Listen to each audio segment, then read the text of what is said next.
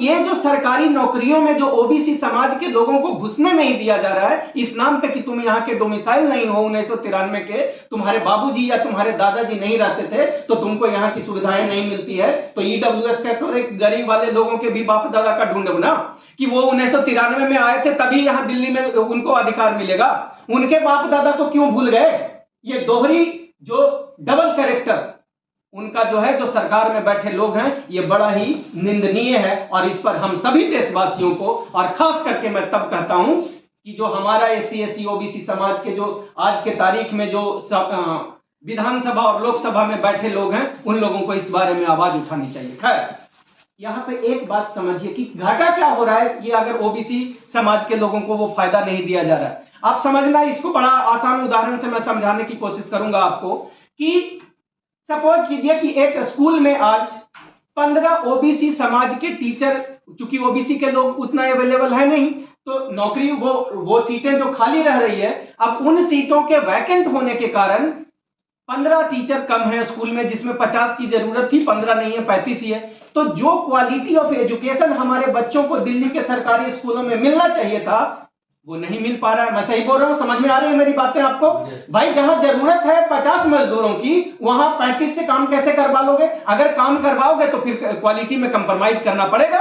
इसका मतलब एजुकेशन की क्वालिटी जो मिलना चाहिए मेरे बच्चों को वो नहीं मिल पा रहा है। आगे दूसरा उदाहरण समझ लीजिए। मान लीजिए दिल्ली के एमसीडी के एक ऑफिस है, उस ऑफिस में ओबीसी के लोग नहीं है क्योंकि यहां पे उनका आवासीय सर्टिफिकेट नहीं है, इसलिए वो यहां पे नौकरी नहीं कर पा रहे। तो उनको क्या हो रहा है, अब आपने सुना होगा एक कहावत कि अरे सरकारी ऑफिसेस में तो काम करवाने के लिए चक्कर पे चक्कर पे चक्कर काटते रहो। वो इसलिए काटते रहो कि ओबीसी और एससी समाज के लोगों को वहां पे उनकी सीटें जो है वो खाली है, और जब सीटें खाली होगी तो लाखों लोग हैं एमसीडी ऑफिस में काम करवाने वाले, वो 50 आदमी जो खाली है उसका काम कौन करेगा? और तभी होता है कि आपको तारीख पे तारीख ऑफिसेस में मिलता है, यानी क्वालिटी ऑफ सर्विस कंप्रोमाइज किया जा रहा है। मतलब सिर्फ समाज को नहीं लॉस हो रहा है, हमारे देश को भी लॉस हो रहा है, और आप जैसे जो हजारों के तादाद में यहां बैठे जो नागरिक हैं उनको भी इस लॉस का घाटा, इसका हानि भुगतना पड़ रहा है।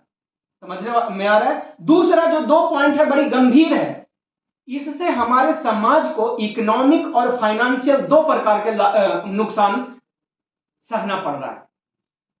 सपोज कीजिए कि एक ओबीसी परिवार का व्यक्ति, मान लीजिए आपका भाई प्रवीण को दिल्ली में नौकरी मिल गई, तो मेरा एक भाई है मनीष, वो कहेगा कि मेरा भाई भतीजा है, बेटा है, बेटी है, प्रवीण जी दिल्ली में तो आप सरकारी नौकरी आप करने लग गए, आपको सरकारी आवास मिल गया, तो उसका लाभ मेरे भी बच्चा बेटा बेटी पढ़ना चाहती है, आप क्यों नहीं इसको भी दिल्ली लेके जाते हो और आप उसको पढ़ाओ।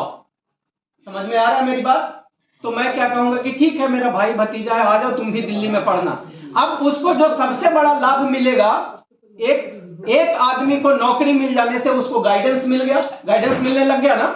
जब दिल्ली में वो बच्चा आकर के रहने लग गया तो उस बच्चे को सबसे बड़ा जो लाभ मिलेगा वो लाभ ये होगा कि जैसे मैं सरकारी नौकरी ऑफिस में जाऊंगा, कभी उसको भी साथ में लेके जाऊंगा, वो देखेगा कि अंकल तो जिस ऑफिस में काम कर रहे हैं उस ऑफिस में जो आईएएस ऑफिसर है वो देश के लिए इतना इतना काम कर सकता है, देश का विकास इस प्रकार से काम करता है, तो हम भी क्यों ना आईएएस ऑफिसर बन जाए, हम भी क्यों ना डॉक्टर, इंजीनियर या जो भी उसके मन में आए वो बनने की बात मत करो, जो भी वो क्यों ना बन जाए।